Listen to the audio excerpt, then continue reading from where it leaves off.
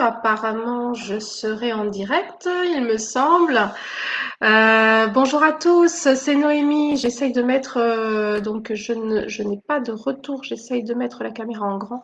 Voilà, ça y est, c'est bon. Apparemment, je serai en direct. Donc aujourd'hui, je vous fais cette vidéo pour vous parler un petit peu de médiumnité.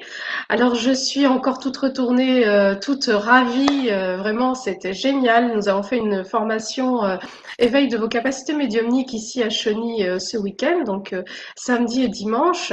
Et c'était vraiment génial, quoi. Les participantes sont toutes devenues amies, ont beaucoup partagé. Enfin, elles se sont révélées aussi, vraiment pour certaines d'entre elles qui étaient encore très sceptiques il y a encore quelques mois de ça, qui étaient venues ou en formation en magnétisme ou autre. On les voit vraiment se révéler et recevoir des informations qu'elles n'auraient pas imaginées. Pour celles qui sont très rationnelles, voilà pourquoi l'objet de ce direct. Donc je voulais vous expliquer comment ça fonctionne en fait la médiumnité, puisque ça peut être quelque chose en effet de très rationnel. Il s'agit en fait de considérer le corps humain, le corps physique, donc c'est celui que vous voyez, mais c'est également un champ d'énergie. Donc c'est-à-dire autour du corps humain, il y a plusieurs corps qu'on voit ou qu'on ne voit pas, mais que l'on peut capter, si on est médium ou pas d'ailleurs, hein. Donc autour du corps physique, nous avons les auras qui représentent donc le champ énergétique. Donc on devrait tous se considérer comme étant des champs énergétiques, c'est-à-dire que voilà, tu bouges dans la rue, tu te déplaces dans la rue, euh, on voit ton corps physique, mais tu es aussi un champ d'énergie qui est comme ça, qui va jusqu'à 3 mètres au-dessus sur les côtés, enfin sur tes côtés et au-dessus de 3. Certains disent même que ça va jusqu'à 17 mètres au-dessus. On va considérer déjà les 3 mètres, ce sera pas mal. Et donc on a notre corps physique, et pour vous expliquer, donc on a à peu près 5 centimètres au-dessus du corps physique. Donc un corps énergétique qui s'appelle le corps éthérique.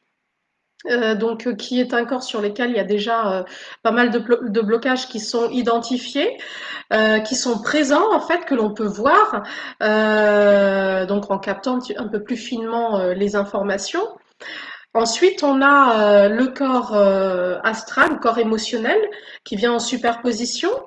Et donc sur celui-là, il y a toutes les émotions mal vécues, mal digérées, les traumatismes de l'enfance, etc. Tout ça, c'est là.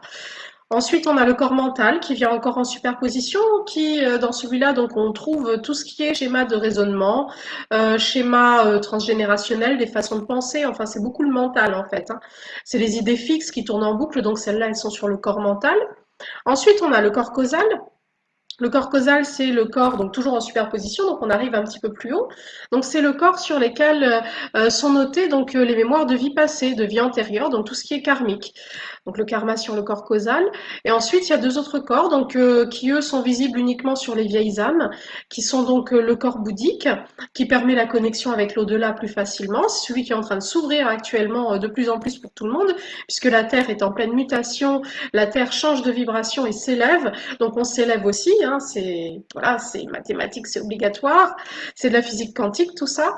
Et puis ensuite, on a le corps divin, le corps atmique, donc qui celui-là apparaît quand on est en fin de vie terrestre et quand on a terminé tout le parcours qui nous mène à la sagesse. Donc plutôt sur des maîtres, hein, des maîtres spirituels, etc., qui auront donc ce corps divin qui monte très très haut. Voilà, donc sur chacun de ces corps, il y a des informations. Donc notre aura, c'est une protection, hein, c'est une protection énergétique qui nous protège donc contre les autres. Ça, elle vient nous entourer donc le corps physique, et donc c'est un champ d'énergie sur lequel est notées toutes les informations. C'est-à-dire que tu peux rien cacher à ce champ d'énergie, c'est visible en fait, hein. Donc toutes les informations donc au sujet de maladies potentielles, au sujet de traumatismes, de l'enfance, de la vie présente, au sujet de vos pensées, tout ce que vous êtes en train de penser, donc ça c'est noté sur les auras. Et donc les auras bougent au fur et à mesure, hein. C'est-à-dire que si tu es en colère, très en colère, donc tu auras plutôt du rouge sur ton aura avec quelque chose de très sombre en fait. Et ce sera captable par les gens autour de toi, hein, pas que par les médiums, mais ce sera captable. C'est-à-dire que si es au contact d'une personne qui est plutôt en colère, même si elle te l'a pas dit, bah, tu risques de te sentir très énervé si tu es plutôt hypersensible. Et puis, donc, tout est noté hein, sur l'aura, donc tu peux rien cacher.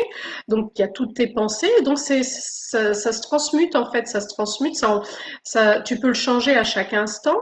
Et tu peux aller vers quelque chose de plus positif. Donc, transformer ton aura à chaque instant. Si tu as des pensées d'amour, ce sera noté sur ton aura. Si la plupart de ton temps, tu passes ton temps donc à ruminer des pensées d'amour, des pensées plutôt élevées, ce sera noté sur ton aura. Et donc, tu vas attirer à toi des choses qui sont plus positives pour toi, qui vibrent comme toi, ce qu'on appelle vibrer comme toi. Donc, attirer des choses plus positives. Et puis, moi, ce que je voulais mettre en rapport, c'était, par exemple, tu as ton corps physique où on voit parfaitement, voilà, tu as les yeux bleus, tu as les yeux verts, ça se voit, voilà, tu n'as pas besoin d'autre chose, tu vois que tu as les yeux verts. Et ben sur l'aura, c'est pareil, en fait. Tu vas capter des informations comme ça, qui sont notées de toute façon, hein, c'est noté si tu es une personne plutôt avec un bon fond ou un mauvais fond, ça va être captable aussi facilement que bah, tu as les yeux bleus ou verts, quoi. Tout ça, c'est la même chose. Et donc, pour un médium, il va facilement aller chercher des informations sur ton champ d'énergie. Et même si tu n'es pas médium, peux aller chercher des informations sur le champ d'énergie de l'autre, donc au sujet du corps de l'autre, puisque nos champs d'énergie vont rentrer en relation l'un avec l'autre, finalement. Donc, tu vas, si tu es un peu plus hypersensible, hein, tu vas capter des informations qui viennent de l'autre personne. Donc, des informations sur son passé, des informations sous forme de ressenti, d'images, de mots même, qui vont te traverser. Et donc, toi, médium, il faut bien que tu prennes conscience que c'est pas à toi. Toi, hypersensible aussi, hein, il faut bien que tu prennes conscience que c'est pas à toi, c'est plutôt à l'autre personne, la personne d'en face. Et puis, sur les auras, ce qui est intéressant, c'est que le futur est noté jusqu'à 1 an et demi après, en fait. Hein. C'est-à-dire que s'il y a une maladie grave en prévision, elle sera notée sur les auras, donc 1 an et demi son apparition sur le corps physique, en fait. Hein. Donc, si on capte une maladie grave sur une aura, il vaut mieux qu'on sache comment l'enlever par des soins avec les mains ou avec un cristal, un minéral où on va casser cette information sur l'aura. Donc voilà, tout ça, c'est de la pratique, tout ça, ça se développe, mais c'est quelque chose qui peut être considéré comme quelque chose de très rationnel puisque c'est visible. Ça peut être visible et en se connectant de la façon suivante, il y a plusieurs façons de faire, il nous faut un pont, en fait, un pont entre ce monde terrestre et le monde de ce qui peut être moins visible, donc l'invisible, on dira. Donc il peut s'agir d'un tambour, par exemple, un tambour chamanique sur lequel on va taper et puis on va se mettre dans un état de transe, de relaxation profonde, ça va même un petit peu au-delà, pour faire ce pont avec le monde de l'invisible et avoir des informations. Ça peut être en ayant le nom, prénom et la date de naissance de la personne, ça va nous servir de pont. Ça peut être par des cartes aussi. On va rentrer dans le champ d'énergie de la personne. Ça peut être aussi pour à l'ancienne, hein, les femmes qui lisaient dans les mares de café. Donc le mar de café servait de pont entre donc le monde visible, le monde terrestre et le monde de l'invisible pour rentrer à l'intérieur de la personne. C'est pareil, il faut toujours un pont hein, pour traverser ces deux mondes en fait. Hein, ou pour rentrer à l'intérieur de la personne, pour rentrer dans son âme, dans son inconscient et voir un petit peu ce qu'il en est, hein, pour capter des informations pour elle. Donc pour l'aider, on peut aussi le faire pour soi-même. Ça va être plus compliqué parce qu'on a nos filtres émotionnels et entre ce qu'on veut et ce qui est vraiment, des fois, il y a quand même une différence. Donc c'est faisable avec de la pratique, mais c'est plus compliqué. Et après tout ça, la médiumnité, j'aborde tous les grands thèmes dans la formation, donc éveil de vos capacités médiumniques. Donc tous les thèmes sont expliqués en long, en large et en travers, et puis décortiqués, et puis il y a plein d'exercices pratiques. Donc cette formation a lieu ici à Cheny. Donc je vous enseigne déjà comment fait le médium pour travailler, donc quelle est sa posture et sa déontologie déjà. Le travail d'un médium, qu'est-ce que c'est? Comment fonctionne la glande pinéale? Donc il y a une fonction très concrète puisque la glande pinéale c'est la glande principale du corps et quand elle déconne pour différentes raisons, pour des raisons de peur, d'anxiété, de dépression, pour des raisons médicamenteuses, pour tout un tas de raisons. Hein. Quand elle déconne, c'est tout le reste qui déconne, toutes les autres glandes, c'est-à-dire la glande thyroïdienne, la glande pancréatique, les glandes sexuelles. Et alors là, on est fichu quand elle déconne. Hein. Et donc, qu'est-ce qui l'a fait déconner aussi? Ce sont les ondes magnétiques, hein, transmises par la 5G, notamment par tout ce qui est Internet. Donc tout ça, ça fait déconner la glande pinéale. Donc elle va fonctionner beaucoup moins bien. Et ça, c'est problématique. Bref, j'explique son fonctionnement. Ensuite, on a au programme les différents plans de conscience. On parle aussi de protection aussi pour travailler, il faut être protégé, il faut savoir se nettoyer, il faut savoir lâcher prise et se mettre en transe. Donc c'est pas une transe où on commence à trembler, c'est un état de relaxation profonde en fait pour contacter les sphères supérieures, les plus hautes sphères célestes. On va parler aussi quelques mots donc au sujet du bas astral parce que tout existe dans l'univers, donc c'est important que ce soit signalé aussi. Hein, le jour où vous vous confrontez à des choses du bas astral, il vaut mieux savoir comment faire. Et ensuite, on a différents types de méditation pour pouvoir atteindre ces plans supérieurs. On va apprendre aussi à contacter les maîtres des lieux quand on veut nettoyer un lieu, une maison, un appartement, un endroit. On va apprendre à contacter nos guides, nos propres guides et les guides d'autrui pour avoir la délivrance de leur guidance, de leur message. Je vais vous enseigner aussi l'écriture automatique, les contacts défunts, donc le channeling, contacter un défunt et puis avoir des messages de sa part. On va apprendre à faire des passages d'âme. On va apprendre à faire de la lecture d'aura. On va lire aussi les traumatismes du passé d'une âme, donc en faisant de la lecture d'âme et d'une autre façon aussi. On va aller en vie antérieure, donc de différentes façons.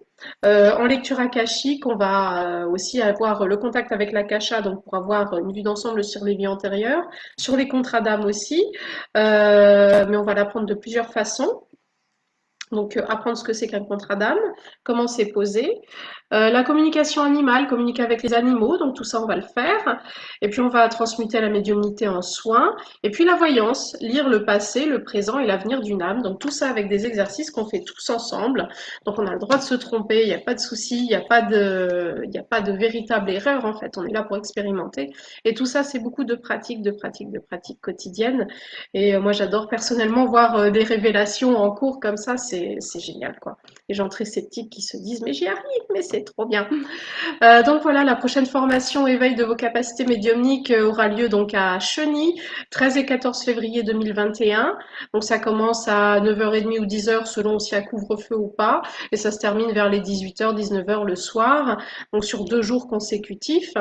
Voilà, après peut-être que j'en mettrai une autre au mois d'avril, mais là, pour celle-là, il reste encore 4 places actuellement, de manière à avoir un groupe assez grand. Voilà, donc bah, écoutez, les inscriptions sont ouvertes, il n'y a pas de souci. Sinon, il y a la plus petite formation qui représente déjà une porte vers la médiumnité qui est au contact des guides et des êtres de lumière, dans laquelle j'enseigne. Donc c'est vraiment la porte où les gens qui sont pas à l'aise pour la formation complète se disent bon bah je vais franchir la petite porte. Hein. C'est moins long, c'est une seule journée, le tarif est moindre aussi, et donc on débloque aussi les choses qui empêchent la médiumnité d'arriver plus finement. Donc, on va apprendre à contacter nos guides, les guides d'autrui. On va apprendre à faire de la lecture d'âme. S'il y a des âmes à faire passer, je délivre aussi les outils pour le passage d'âme. Quoi d'autre des fois? Enfin, je me laisse vraiment aller en fait. Hein. Il y a le programme et puis il y a ce que j'ajoute au programme ensuite. Et puis il y a aussi des contacts défunts, des choses comme ça. Des fois, on fait un peu de voyance. Enfin, on voit ce qui vient.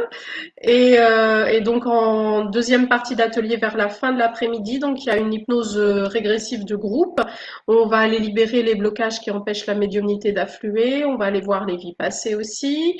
Et on va aller récupérer notre mission de vie, aller choisir, enfin voir ce qu'on a choisi par rapport à l'âme de nos futurs parents, pourquoi on a choisi ces parents-là.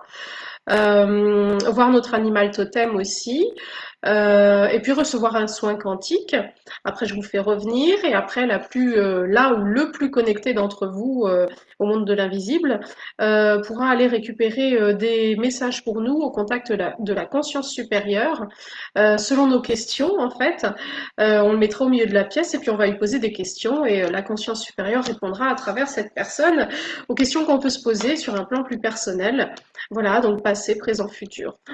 C'est une belle expérience à vivre. On a déjà eu, je me rappelle, au mois de juillet, l'intervention divine de la conscience de Marie et c'était génial, génial, génial. Voilà. Qu'est-ce que je voulais vous dire d'autre pour cette formation contact des guides et êtres de lumière? Donc, il y en a une qui aura lieu le samedi 9 janvier pour laquelle il reste encore 2 places. Et puis une autre que j'ai mis le samedi 20 février pour laquelle il reste encore 5 places. Donc voilà, je vous invite à vous inscrire lorsque vous serez prêt à franchir le pas. Je vous accueillerai avec joie, avec bonheur. Et sur ce, je vous souhaite d'excellentes fêtes de fin d'année. Je vous dis à très très vite et je vous envoie tout plein d'amour. Au revoir.